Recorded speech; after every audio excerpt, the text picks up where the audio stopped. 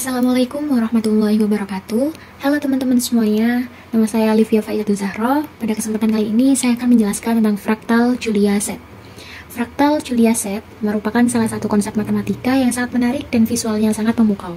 Fraktal, meskipun tampaknya merupakan konsep yang rumit, sebenarnya dapat dipahami dengan mudah jika kita mengerti prinsip dasar dari pola-pola yang ada di dalamnya. Julia set adalah salah satu contoh fraktal yang menakjubkan, dan saya akan menjelaskan bagaimana bentuknya bisa muncul dari sebuah persamaan matematika yang sederhana. Sebelum kita membahas Julia set lebih jauh, mari kita pahami dulu apa itu fraktal. Fraktal adalah pola geometris yang memiliki sifat self-similarity, yang berarti bahwa jika kita memperbesar atau zoom in bagian kecil dari pola tersebut, kita akan melihat struktur yang serupa dengan keseluruhan pola. Pola ini sering ditemukan di alam seperti bentuk cabang pohon, pola daun pakis, dan bahkan struktur salju. Julia set adalah contoh sempurna dari fraktal, di mana pola yang dihasilkan memiliki simetri yang sangat menarik dan tampak tidak terbatas meskipun hanya dihasilkan dari persamaan yang sangat sederhana. Sekarang kita akan melihat persamaan matematika yang menghasilkan Julia set.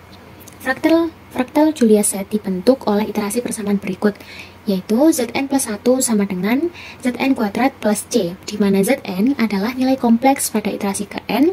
Dalam hal ini, Zn adalah titik yang berada di bidang kompleks yang dapat ditulis sebagai X plus IY, di mana X adalah bilangan real dan IY adalah bilangan imajiner.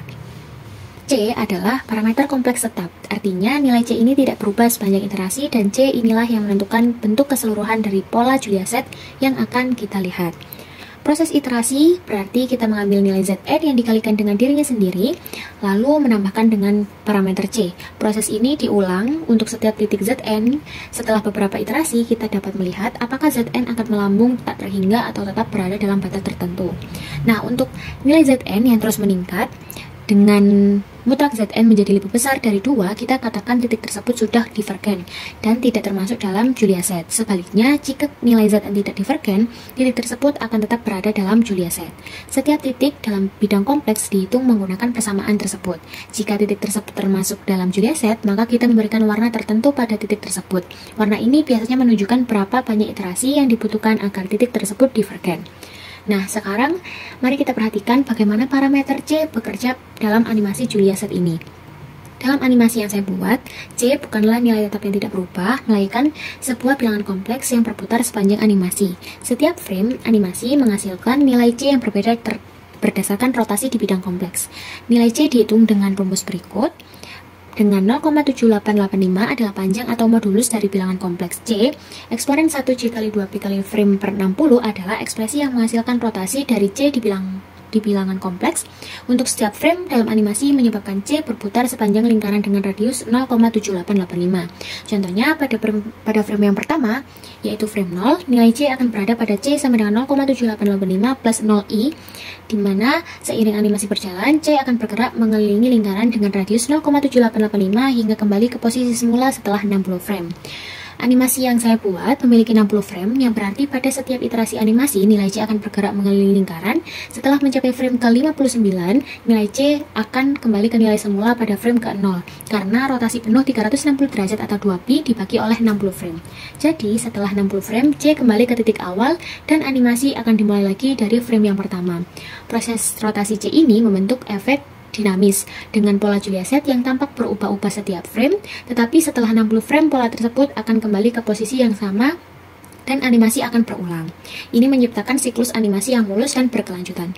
Nah, sekarang mari kita lihat grafik Julia set yang telah saya buat. Perhatikan pola yang di layar. Setiap titik pada grafik ini dihasilkan dari proses iterasi persamaan Zn kuadrat plus C dengan C yang berputar. Jika kita melihat pola ini, kita bisa melihat bentuk yang sangat simetris, mirip dengan ornamen atau bunga.